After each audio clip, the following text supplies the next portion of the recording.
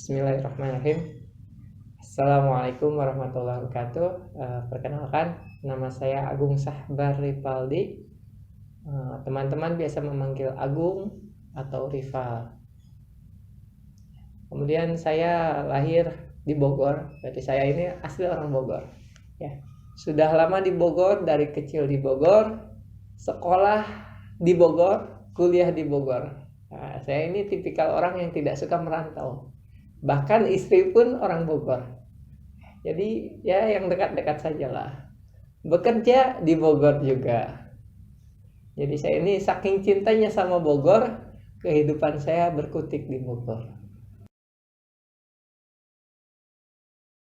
Asal kuliah, saya ini kuliah di Universitas Ibnu Khaldun.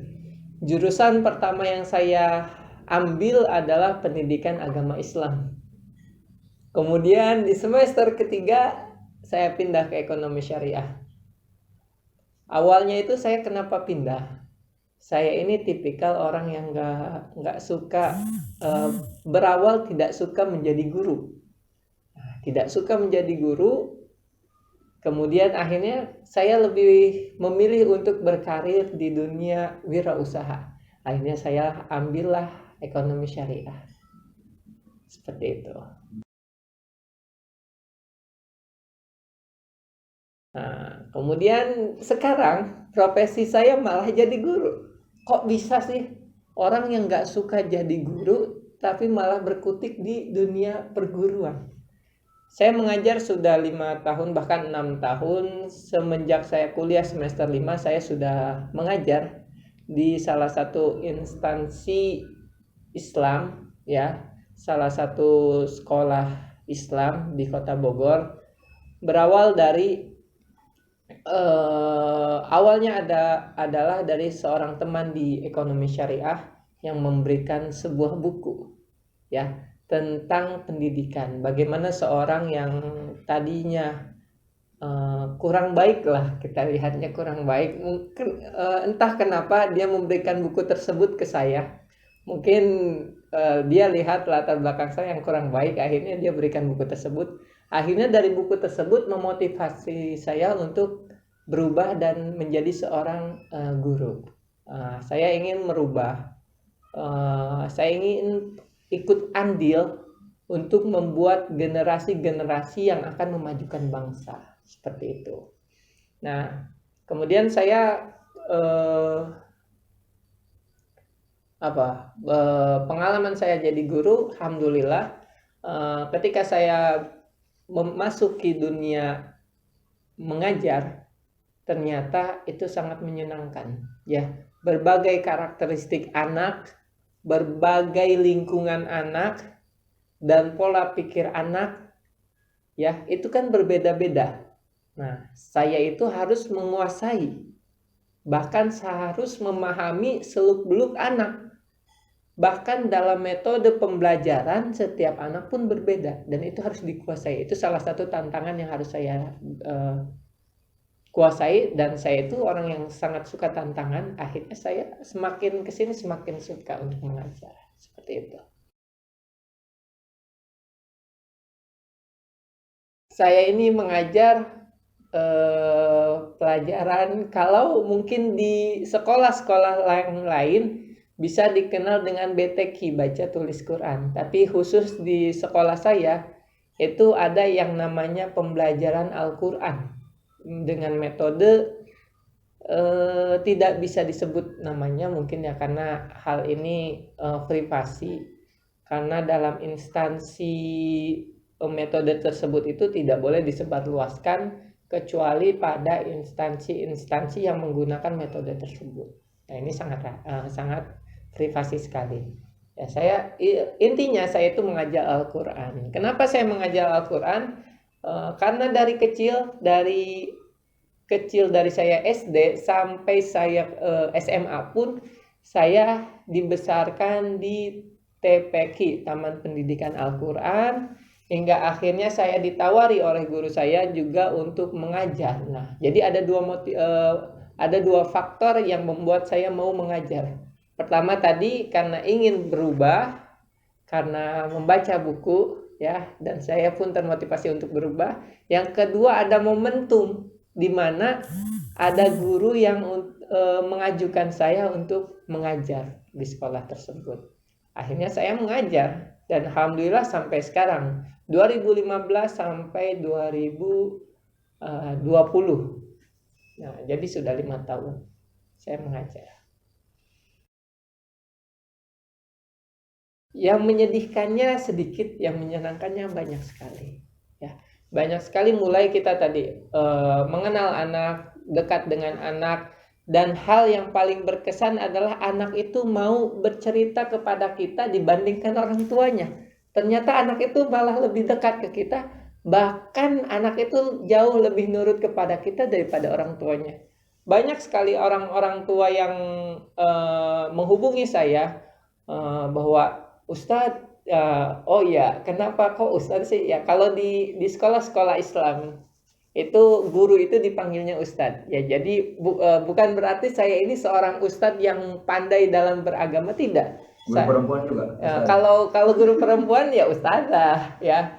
Bukan karena saya ini ilmu agamanya banyak, tidak. Saya hanya sedikit, bahkan tidak seberapa. Saya hanya memahami sedikit tentang agama, namun karena saya mengajar tentang Al-Quran dan sedikit bisa mengajar Al-Quran dan memiliki sertifikat mengajar Al-Quran, akhirnya saya mengajar dan dipanggillah Ustadz. Jadi seperti itu. Nah, jadi banyak sekali orang tua yang mengatakan, Ustadz, tolong dong anak saya dikasih tahu untuk melakukan ini, melakukan itu. Soalnya kalau saya yang ngasih tahu, anak-anak itu nggak mau gitu. Lebih nurut ke Ustadz daripada ke saya. Jadi seperti itu salah satu hal yang sangat berkesan bagi saya.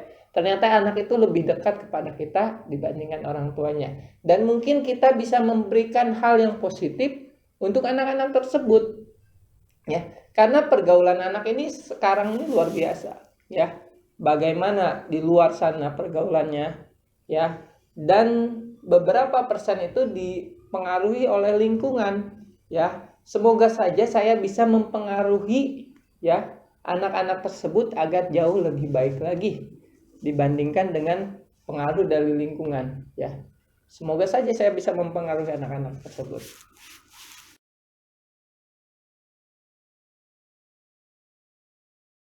Sebenarnya tidak ada yang nakal dan tidak ada yang bandel ya.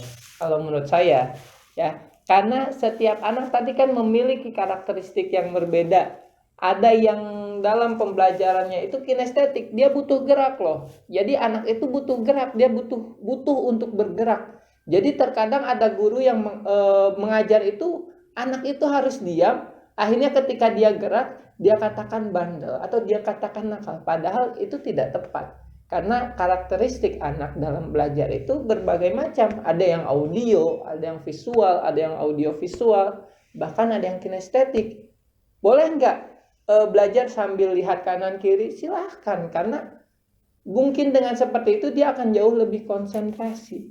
Bahkan ngaji, nah, karena saya mengajarnya Al-Quran, ngaji itu diperbolehkan dia latihan sambil berjalan. Bahkan ada anak yang menghafal itu sambil berjalan. Kalau dia duduk, dia tidak akan mudah dalam menghafal. Tapi kalau dia sambil berjalan, sambil melakukan aktivitas yang lain, itu akan memudahkan. Seperti itu. Ya, itu sedikit yang saya ketahui ya tentang cara pembelajaran anak. Jadi, kalau dikatakan ada anak yang nakal, ada yang bandel, sebenarnya tidak. Kalau misalkan di luar dari syariat Islam, nah baru dikatakan sebagai anak yang bisa jadi bandel tadi karena mungkin melakukan kesalahan-kesalahan yang mungkin dia pun tidak paham dan harus diberi pemahaman seperti itu.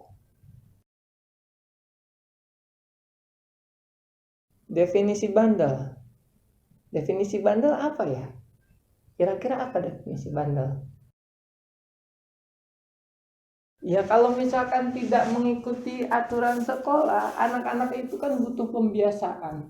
Misalkan aturan sekolah harus ketika upacara itu harus menggunakan topi. Ada anak-anak yang biasanya itu lupa dan teledor. Jadi ketika berangkat sekolah nggak bawa topi, terus nggak bawa dasi, atau misalkan ada anak-anak yang kurang telaten dalam memasukkan baju, misalkan habis ke kamar mandi nggak dirapihkan lagi, misalkan seperti itu. Kalau kita lihat dari definisi bandel itu tidak mengikuti aturan sekolah, sebenarnya itu butuh untuk pembiasaan. Jadi tidak bisalah kita langsung katakan dia itu bandel, tidak. Tapi butuh untuk pembiasaan, kecuali memang dianya terus-menerus membangkang. Nah, kalau dia membangkang barulah bisalah kita katakan bandel, karena udah sulit untuk diperbaiki. Nah, kalau misalkan kita sudah nasihati terus-menerus tapi dia melawan, membangkang, bisa jadi kita katakan bandel.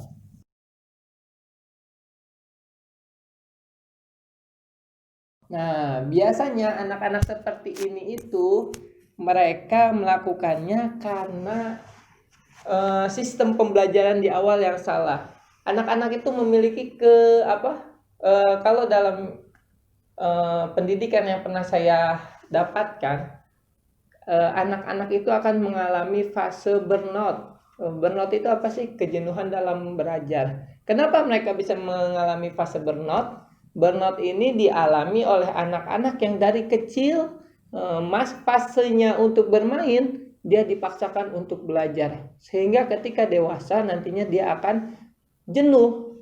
Akhirnya bisa jadi tadi karena jenuh, dia melampiaskannya dengan apa? Ketika dia berangkat sekolah tapi tidak sampai ke sekolah. Seperti itu. Jadi bisa jadi tadi karena tahapannya yang tidak sesuai. Kalau sistem hukuman sebenarnya tidak sesuai ya, karena kalau hukuman itu anak itu misalkan merokok, kemudian kita hukum, dia akan mencoba cara lain agar rokoknya itu nggak ketahuan. Nah, jadi alangkah lebih baiknya itu diajak diskusi kenapa merokok, terus apa alasannya, terus kita kasih tahu. Kita beri pemahaman seperti itu. Kemudian tadi apa pertanyaannya? Cara mengatasinya tadi diajak ngobrol. Anak-anak itu kalau misalkan dekat dengan kita, mereka itu akan terbuka dan bahkan akan nurut sama kita. Yang penting tadi kedekatan dengan anak, emosional dengan anak itu harus terjalin. Ya betul, harus dirangkul. Kita itu harus dekat dengan anak. Ya, anak itu harus merasa nyaman dengan kita. Kalau anak itu sudah merasa nyaman, sudah merasa dekat, itu akan mudah tuh untuk diarahkannya. Seperti itu. Jadi di pembelajaran saya sendiri itu sesuai dengan grade ya. Jadi misalkan yang Al-Quran bisa meratakan Al-Quran. Kemudian pembelajarannya gimana? Ya pembelajaran di saya sendiri karena ini berbeda dengan pelajaran umum. Jadi diatasinya dengan baca bersama-sama. Anak-anak itu mengikuti baca bersama-sama. Kemudian nanti baca bergantian satu ayat seperti itu. Nah nanti di sini bisa kita lihat. Ada anak yang kekurangannya di mana, kita kasih tahu nanti setelah selesai dia baca, kita kasih masukan. Nah, kamu misalkan kekurangannya di panjang pendek. Fokus kamu nanti latihan panjang pendek. Nanti lebih teliti lagi ketika baca panjang pendek. Nah, ada lagi yang bacaan Al-Qur'annya ketika dia baca satu ayat, dengungnya kurang atau dengung dengan idharnya tertukar. Nah, kita fokuskan di titik tersebut, kasih masukan di situ. Ya itu kalau pelajaran saya. Kalau pembelajaran yang lain mungkin berbeda. Ada misalkan matematika, konsep pembagian atau perhitungan. Kemudian ada anak yang cepat tanggap, ada yang cepat, ada yang lambat. Nah itu bagaimana cara mengatasinya agar yang lambat ini bisa bisa mengejar yang cepat dan yang cepat ini tidak terlalu meninggalkan yang lambat. Mungkin itu berbeda ya, itu guru matematika atau guru lain yang bisa menjawab. Nah, kalau di saya seperti tadi, terhitung kita itu sesuai dengan grade kemampuan anak-anak. Jadi anak-anak itu disamaratakan sesuai grade-nya, baru pembelajaran bisa dilakukan seperti itu. Saya sangat bangga, saya sangat senang, ya. Kenapa saya senang? Kenapa saya bangga? Karena yang pertama, saya ini seorang guru ngaji. Guru ngaji itu saya bangga. Kenapa? Karena dalam hadis dikatakan, bentar, astagfirullah.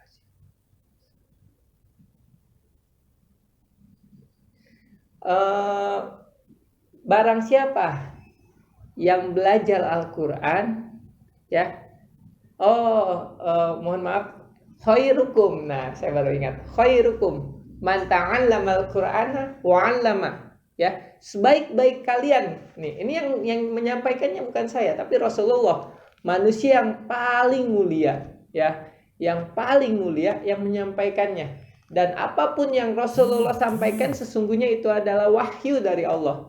Nah, Rasulullah menyampaikan, ya, khairukum man ta'allama al-Qur'ana wa 'allama. Sebaik-baik kalian adalah yang belajar Al-Qur'an dan mengajarkannya. Saya belajar Al-Qur'an karena saya sudah bisa, walaupun sedikit tadi, ya. Saya mengajarkannya dan saya mengharapkan tadi sebagai seorang yang baik. Ya, khairukum tadi, saya ingin mencapai khairukum tadi. Maka saya sangat bahagia ketika saya itu bisa mengajar seperti itu. Dan selain kalau kita lihat dari sisi agama, ya, selain tadi, ya, saya pun sangat senang ketika anak-anak itu bisa baca Al-Qur'an. Ya, karena kita lihatlah, ya, berapa banyak sih sekarang anak-anak di usia SD yang mampu bisa baca Al-Qur'an? Berapa banyak? Ya. Tentu dari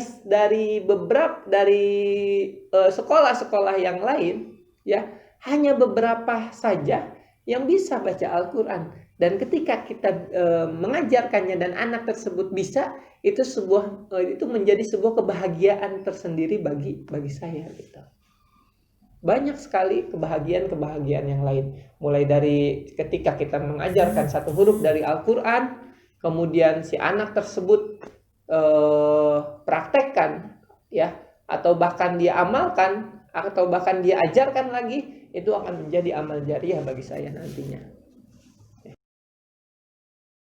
Guru yang baik itu yang seperti apa? Wah, ini relatif, ya, tergantung anak, ya. Anak-anak itu ada yang mengatakan, nah ini dari anak sendiri, ya. Anak-anak yang mengatakan, guru itu asik tuh, dia mah banyak ceritanya dalam mengajar, atau dia mah jarang ngasih tugas, dia mah nggak galak, dia mah nggak tegas, enjoy. Itu anak-anak yang menyampaikan. Ada juga yang menyampaikan, guru itu asik tuh, dia tegas tuh, jadi kalau ada anak yang leha-leha ditegasin sama dia agar pembelajaran kondusif. Jadi semua itu tergantung anak, ya. Ada anak-anak yang misalkan dia senang ketika gurunya santai, ada kalau anak-anak yang dia motivasi belajarnya tinggi, itu senang ketika gurunya itu benar-benar memotivasi gitu, memacu dia untuk terus meningkat seperti itu. Jadi relatif masalah guru yang menyenangkan itu seperti apa. Seperti itu. Nah, adapun kalau anak-anak kecil, anak-anak SD kelas 1, kelas 2, relatif rata-rata senang dengan guru yang suka berkisah atau bercerita. Jadi menyisipkan materinya pada kisah. Seperti itu. Misalkan kita belajar tentang kesabaran, kita kisahkan tentang orang-orang yang sabar. Berkisah tentang orang-orang yang sabar, seperti itu.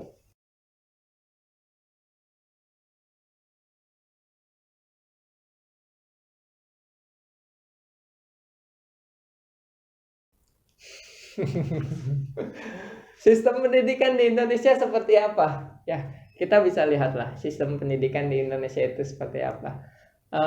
Terhitung setiap anak itu dipacu untuk bisa semua materi. Padahal tidak semua anak itu pandai dalam segala materi. Ya, kalau saya pernah belajar dulu saya pernah belajar sedikit sekali tentang psikologi pendidikan.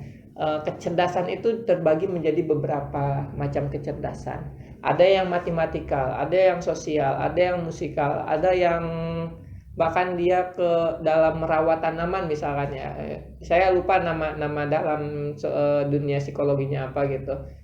Tapi ada yang dalam merawat tanaman itu dia telaten sekali. Nah, jadi jangan paksakan anak-anak yang di musikal untuk pandai dalam matematika. Minimal dia bisa matematika, tapi jangan paksakan dia untuk pandai. Jangan paksakan ikan itu memanjat pohon, ya nggak akan bisa.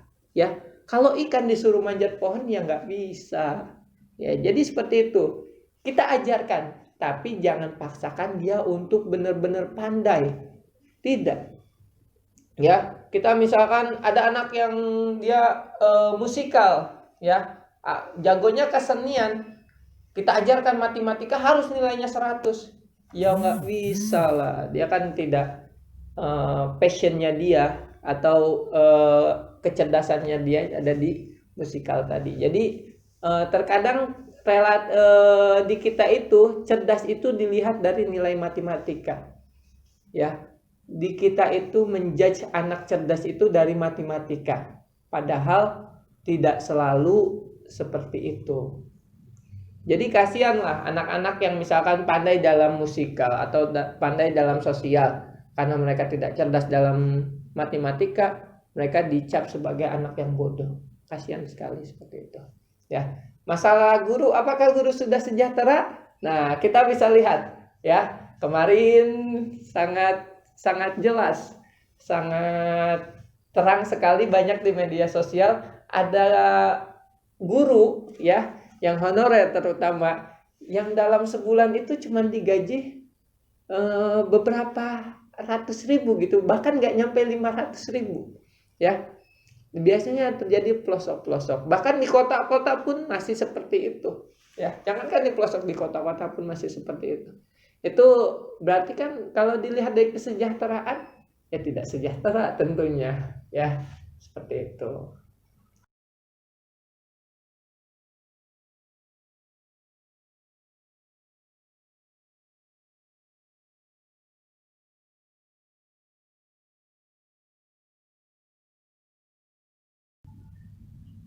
Guru atau pengusaha?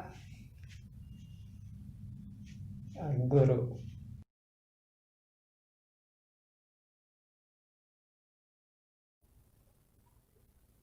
Ya mungkin PNS ya, mungkin.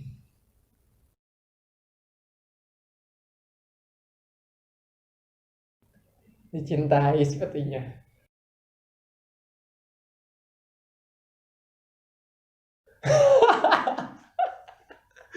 Untung istri saya nggak ada. Kalau memungkinkan atau kalau bisa ya kenapa tidak gitu untuk poligami.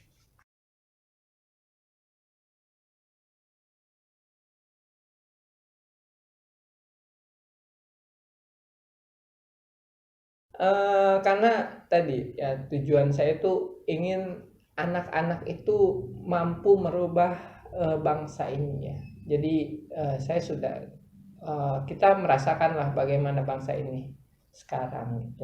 Semoga saja dari murid-murid saya yang saya ajar gitu ada, semoga saja ada gitu walaupun satu yang akan nanti memimpin bangsa ini dan merubah bangsa ini menjadi lebih baik seperti itu. Kalau misalkan pengusaha, oke lah, pengusaha itu relatif lebih eh, mapan segala macam. Tapi tadi untuk merubah bangsa ini jauh, tantangannya jauh lebih besar gitu.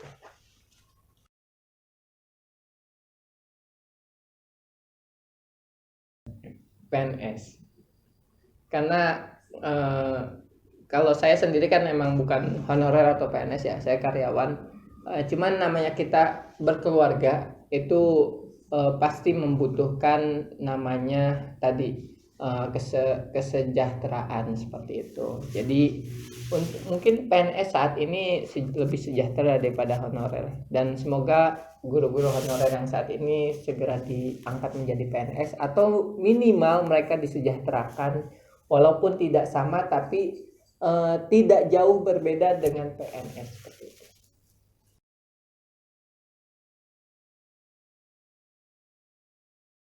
Ya, sebenarnya kan poligami juga bukan berarti dia tidak setia loh. Justru ini salah satu bentuk kesetiaan daripada dia berselingkuh, ya.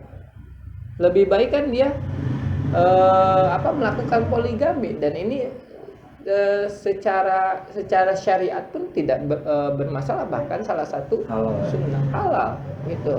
Dan ini menurut saya salah satu bentuk kesetiaan juga, daripada dia harus selingkuh gitu tanpa aturan syariat, jelas zina, kemudian menyakiti pasangannya seperti itu.